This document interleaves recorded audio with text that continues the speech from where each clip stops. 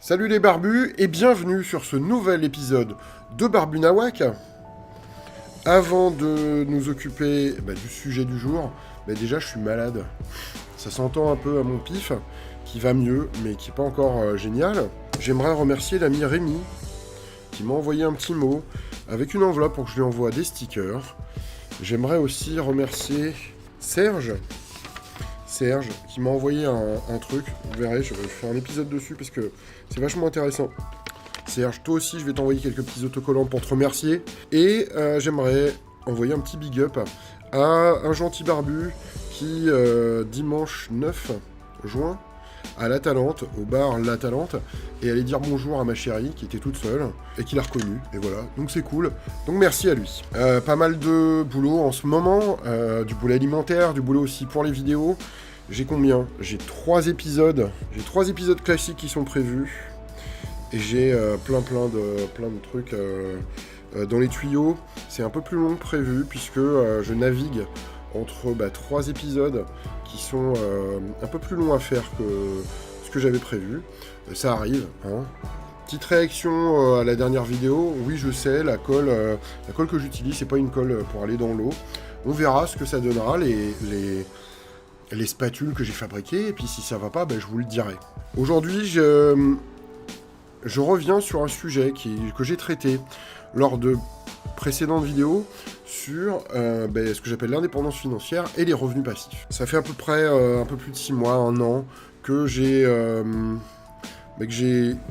essayé de développer un peu ces différentes choses. Il est temps de faire un retour sur tout ça et de voir qu'est-ce qui se passe et qu'est-ce qui est intéressant et qu'est-ce qui ne l'est pas. D'abord, une petite définition, entre guillemets, des revenus passifs versus revenus actifs. Qu'est-ce que ça veut dire ? Revenus actifs, en gros, c'est les revenus, c'est par exemple un salaire, c'est en fait, vous travaillez et on vous donne de l'argent. Revenus passifs, c'est vous avez travaillé ou vous avez investi, vous avez fait quelque chose, et en fait, sans avoir spécialement à passer du temps dessus, vous allez toucher de l'argent. Pour définir un peu c'est quoi ces revenus passifs, parce qu'il y a énormément de définitions complètement différentes, j'ai trouvé un site, je ne sais pas si c'est la meilleure représentation, je vous le mettrai en description, et qui lui définit 11 idées de revenus passifs, qui vous feront gagner de l'argent même en dormant, avec des guillemets. Et c'est justement sur ce genre de mythe que j'aimerais revenir un tout petit peu. Le premier, il dit investir dans le crowdfunding ou financement participatif. Le deuxième, essayer les fonds indiciels. Je ne sais pas du tout ce que c'est les fonds indiciels. Ensuite, gagner de l'argent grâce au cashback. En gros, qu'est-ce que c'est ? C'est genre, vous achetez des trucs et certains vous redonnent un peu d'argent.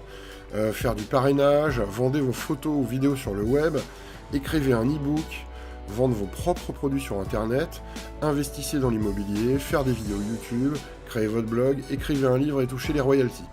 Alors, tous ces trucs-là, ça paraît très bien comme ça, vu de l'extérieur, mais en fait, il y a beaucoup de choses qui ne sont pas des revenus passifs. Investir, ok, on peut dire que c'est des revenus passifs. Gagner de l'argent grâce au cashback et le parrainage, on peut dire aussi potentiellement que c'est des revenus passifs. Vendez vos photos ou vidéos sur le web, c'est pas des revenus passifs. Puisqu'en fait, vous avez quand même un travail, il faut aller prendre vos photos, vos vidéos, les mettre sur la plateforme, gérer les prix, etc., créer un portfolio, tralali, tralala. Tout ça, ça demande du boulot, et je considère pas ça comme des revenus passifs au sens classique du terme, qui est, en fait, j'ai pas de boulot à faire. Là, il y a tout ce boulot de préparation à faire, qui paraît neutre, mais qui l'est complètement pas. Écrire un e-book, c'est pareil, ça c'est écrire un livre. Donc on pense que c'est des revenus passifs. Alors c'est quelque chose qui va vous générer des revenus, mais qui correspondent à un boulot que vous avez fait. On en vient à la marotte qui est vendez vos propres produits sur Internet. On a cette expérience, et je vais faire des vidéos justement du retour d'expérience qu'on a eu avec Sylvie, avec Super Barbitude, de justement ouvrir un shop et vendre des produits. C'est loin d'être un revenu passif, c'est pas du tout un revenu passif, c'est un revenu complètement actif. Donc là, il se trompe Complètement. Et on en arrive aux 2 points, ou 3 points, aux 3 derniers points, qui sont aussi complètement pas des revenus passifs, faire des vidéos sur YouTube. Alors ça fait 10 ans que je fais des vidéos, ça fait 3-4 ans que je suis un peu sérieux sur YouTube, et je peux vous dire, ça n'a rien de passif. Si vous ne publiez pas régulièrement, eh ben vos stats commencent à chuter au fur et à mesure. C'est lié à l'algorithme de Google qui va favoriser les gens qui justement publient régulièrement. Ça a complètement rien de passif. Il faut tout le temps optimiser plein de trucs, changer des choses, faire attention au naming, au titre de votre vidéo, au tag, au thumbnail, etc. etc. C'est quelque chose qui demande énormément de travail. C'est la même chose pour créer un blog. Créer un blog, ce qui veut dire écrire régulièrement. Je suis d'accord que c'est pas parce que j'écris un article que je vais gagner 10 €, mais il y a quand même cette notion de travail au centre qui est vachement important. Et le dernier qui cite, c'est écrire un livre et toucher les royalties. Ça aussi, qu'est-ce que ça veut dire ? Ça veut dire écrire un vrai livre, c'est un vrai boulot, quoi. Trouver un éditeur qui le publie, enfin voilà. Je pense que là, il est complètement dans le déni. Si on enlève tous ces trucs-là, qu'est-ce qui reste en fait ? Mais il reste 2 éléments qui sont vraiment des revenus qu'on peut vraiment qualifier comme passifs. Et c'est quoi ? Ben en fait, c'est les revenus à papa que tout le monde connaît, donc ça n'a pas changé vraiment.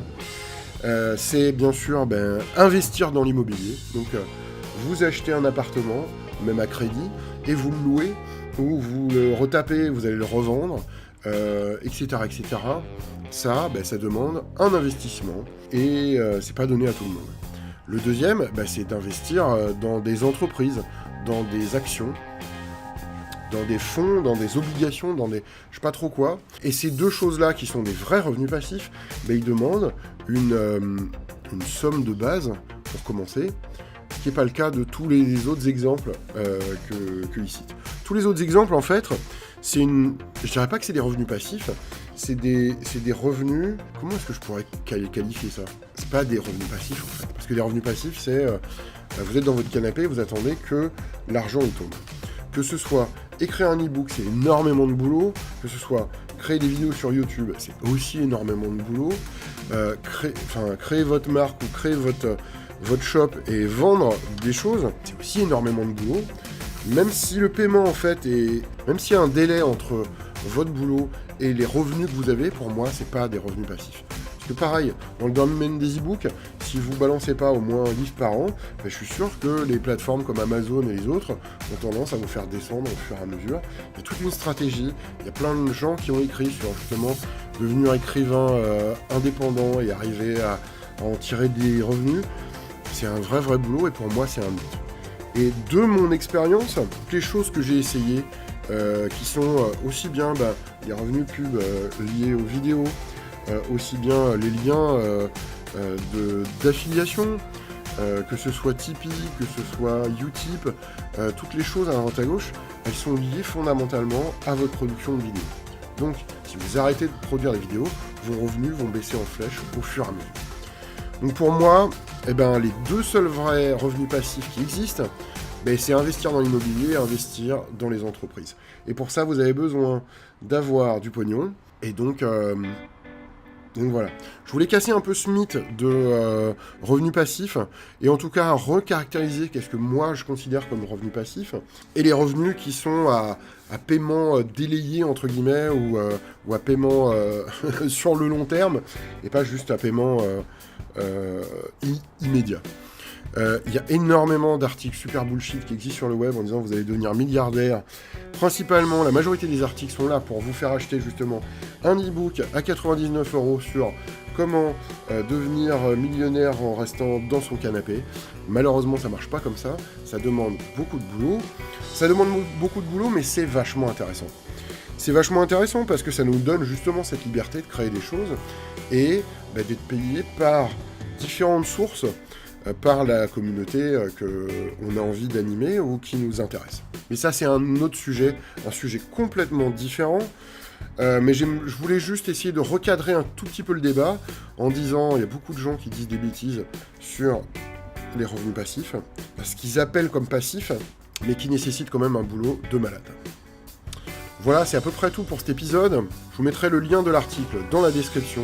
Comme d'habitude, tu as des questions, des insultes, tous les liens pour nous joindre sont dans la description. Tu peux bien sûr laisser un commentaire, évidemment, tu t'abonnes. Tu peux aller cliquer dans le lien Utip qui est dans la description, ce qui te permettra d'aller regarder une petite publicité, ce qui nous permettra de gagner un petit peu de pognon et de te proposer des épisodes encore plus géniaux. Voilà, c'est tout pour cet épisode spécial bullshit revenu passif. J'espère qu'il vous aura plu.